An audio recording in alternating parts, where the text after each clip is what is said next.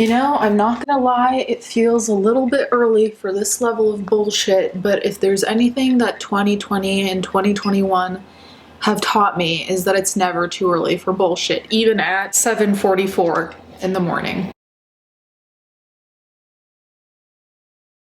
Hey guys, what's up and welcome back to my channel. So today we're going to be talking about Amber Heard again, mainly because there's some new pretty damning evidence, in my opinion, that has come out via court records. And I really want to talk about it because one of the pieces of evidence was kind of a central point of why people believed her to be innocent initially. So the timelines may get a little confusing, but I'm going to try and keep it as clear as possible. Now, the first and biggest claim, let's say, when the divorce between Amber Heard and Johnny Depp was going on, was that the $7 million that she was gonna get from the divorce, she was gonna donate all of it because she claimed she didn't care about money and money wasn't the reason she was doing this. And for that reason, a lot of people said, well, a guilty person wouldn't just give away all their money, which I'm like, to me, that argument doesn't necessarily make sense because it is a great PR stunt. Like, what better way to make yourself look innocent than to give away all this money to a children's hospital as well as another association? That argument never really meant much to me, especially with the evidence that we do have. I will link my prior videos down below if you haven't heard the recording of her admitting to hitting him. I'll leave links down below, and especially to Incredibly Average, who covers this very consistently and very much in depth if you're interested. Let's start with the famous $7 million claim. Just in terms of a timeline, the whole divorce between Amber Heard and Johnny Depp occurred in 2016. So she was gonna split the $7 million she got between the Children's Hospital in Los Angeles and the American Civil Liberties Union. The American Civil Liberties Union, known as the ACLU, so far, they're refusing to cooperate and to kind of put out how much she has or hasn't given. But the more interesting thing has to do with the Children's Hospital. Once the divorce went through, Johnny Depp gave the Children's Hospital $100,000 just to get the ball rolling, because I assume that getting the money isn't like immediate. It's not like as soon as it was over, the money just fell into her account. So he kind of began the donation for her, but she was the one who was supposed to donate. He did it as just like a gesture. He's like, here's your first $100,000, and then the next will come from Amber Heard. So in fact, here you can see a letter from August 24th, 2016, which goes to Tiffany Al-Nasser, who is an executive at the Children's Hospital. So it reads, Dear Miss Al-Nasser, hopefully I didn't butcher that, encloses a check in the amount of $100,000, which constitutes a donation to the Children's Hospital Los Angeles Foundation in the name of Amber Heard. This donation is being made in accordance with Miss Heard's pledged gift of $3.5 million to Children's Hospital Los Angeles Foundation.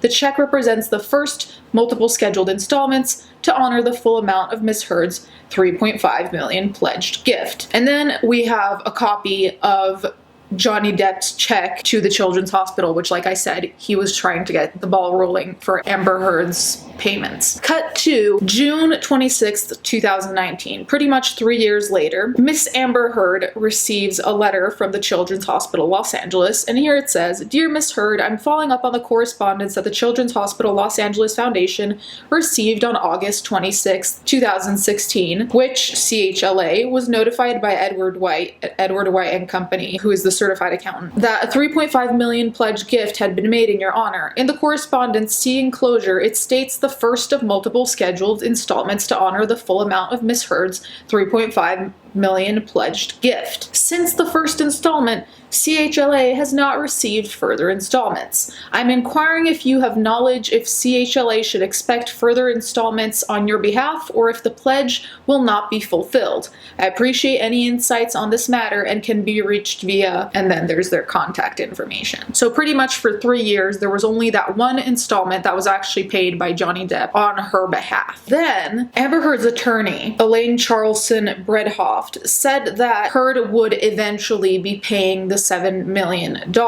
And apparently she blamed Johnny Depp for not being able to pay this $7 million because she was paying millions in dollar fees defending her name for the ongoing defamation case. So what's even stranger though is that According to the Daily Mail, which I know the Daily Mail is typically trash, they did a pretty good job here, I think, though, accumulating actual evidence. So it says that the hospital received $500,000 in 2017 and then $250,000 in 2018, both in honor of Amber Heard, not from her, in honor of. And the funds came from an anonymous donor, however, rather than from Heard herself and not from Depp. So there is a conspiracy theory that I saw on Twitter that Elon Musk had something to do with it. Frankly, who knows? Either way, the important thing is that it's not from Amber Heard, and that's the central focus. And then, like I read in the 2019 hospital letter, the letter only refers to the initial $100,000, suggesting that even the hospital doesn't believe that the $250,000 and $500,000 were from her, and so they didn't count it towards her $3.5 million total that she was supposed to give the hospital. Another piece of evidence that makes Amber Heard look even worse in terms of all of her donation claims or lack thereof donations, there is court record of how much was given to her and when. So here you can see that she got, apologies, my audio cut out for a second. So she got $1 million on or before February 1st, 2017.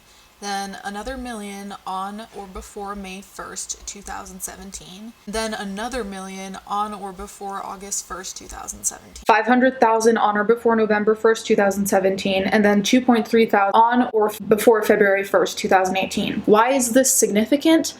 Because the defamation case between Amber Heard and Johnny Depp began in 2019. So her claiming that she was spending all the money she received on lawyers' fees for the defamation case doesn't add up because the defamation case didn't exist yet. So she did have that money and she just simply didn't donate it. There's no other conclusion I can get to, because if we look at the time, the facts just line up that way. There's no room really for doubt. I don't know where that money went, but it definitely did not go to the hospital and then to the ACLU, which makes her look bad, but then again, it's not very difficult for that to happen. The other piece of information that came out that again shows her as, in my opinion, dishonest is about her cars and her traveling. So there was more court information, and Amber Heard claims that, and I'll put it here on the screen if you want to read the whole thing, but it's a rather lengthy paragraph, that essentially he once took her car without asking her, explaining that he was going to get it fixed up, and then once the car was gone, he essentially insisted that she travel with bodyguards and a driver, which she saw as manipulative and abusive because in her perspective he was trying to control where she was going or to know where she was, which she's entitled to have those feelings. The other side of that coin could be that he just wanted her to be safe and to have someone around in case anyone,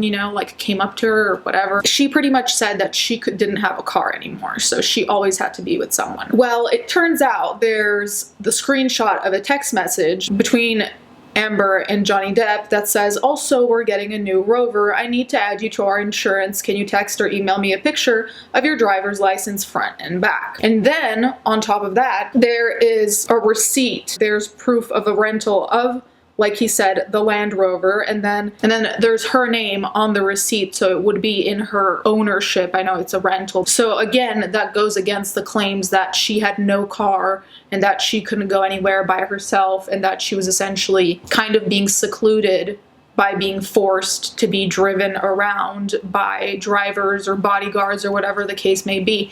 Now, the car situation, in my opinion, is significant in the grand scope because lying about giving money to charity, which was essentially the central focus for a long time of why she was such a good person, is more impactful. But again, I think also lying about smaller things, to me, always says that they're lying about bigger things.